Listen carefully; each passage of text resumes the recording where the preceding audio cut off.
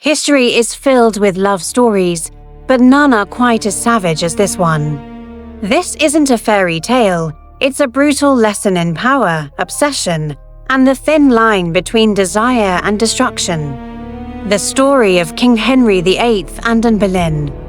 In the early 16th century, Henry VIII, the King of England, was married to Catherine of Aragon. But then he saw Anne Boleyn. She wasn't just beautiful, she was sharp, witty, and fiercely intelligent. Henry became obsessed. He wrote her passionate love letters, showered her with gifts, and promised her anything she wanted. But Anne was different from other women at court. She refused to be the king's mistress. She had a higher ambition. She wanted to be queen. For years, she played a dangerous game, holding the king's desire at bay while demanding the ultimate prize. Henry's obsession reached a fever pitch: to marry Anne. He needed to annul his marriage to Catherine, but the Pope refused. So, in an unprecedented move that would forever alter the course of history, Henry VIII broke away from the Roman Catholic Church. He declared himself the supreme head of the Church of England, divorced Catherine, and finally, in 1533, he crowned Anne Boleyn as his queen. It seemed like a victory. A woman's ambition and a king's desire had toppled 1,000 years of religious tradition. They were the ultimate power couple, and for a brief, shining moment, it looked like their love had conquered all. But the throne is a lonely and paranoid place.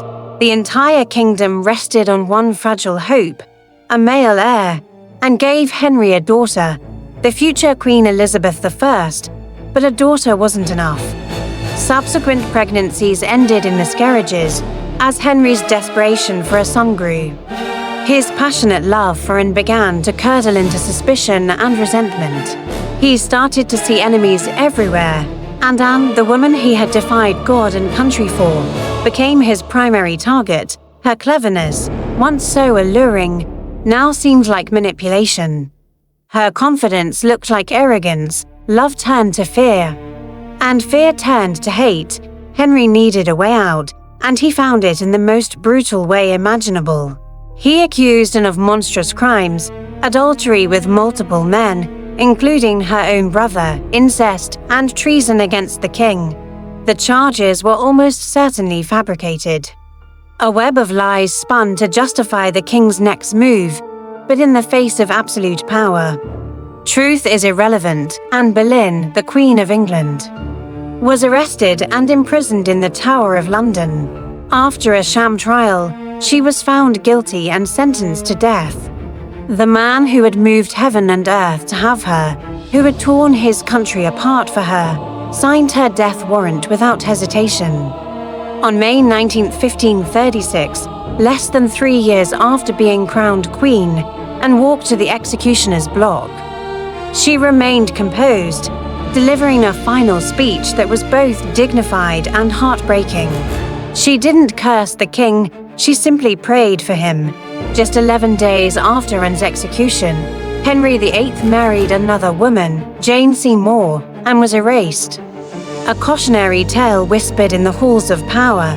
This was never a true love story. It was a story about power. It shows us that when obsession is mistaken for love, and when a ruler's power feels threatened, loyalty, devotion, and even love itself become worthless, because in the cold calculus of power, love is always the first casualty. Thanks for watching. If you found this story as fascinating as I do, make sure to like, subscribe, and hit the notification bell for more tales from the dark side of history.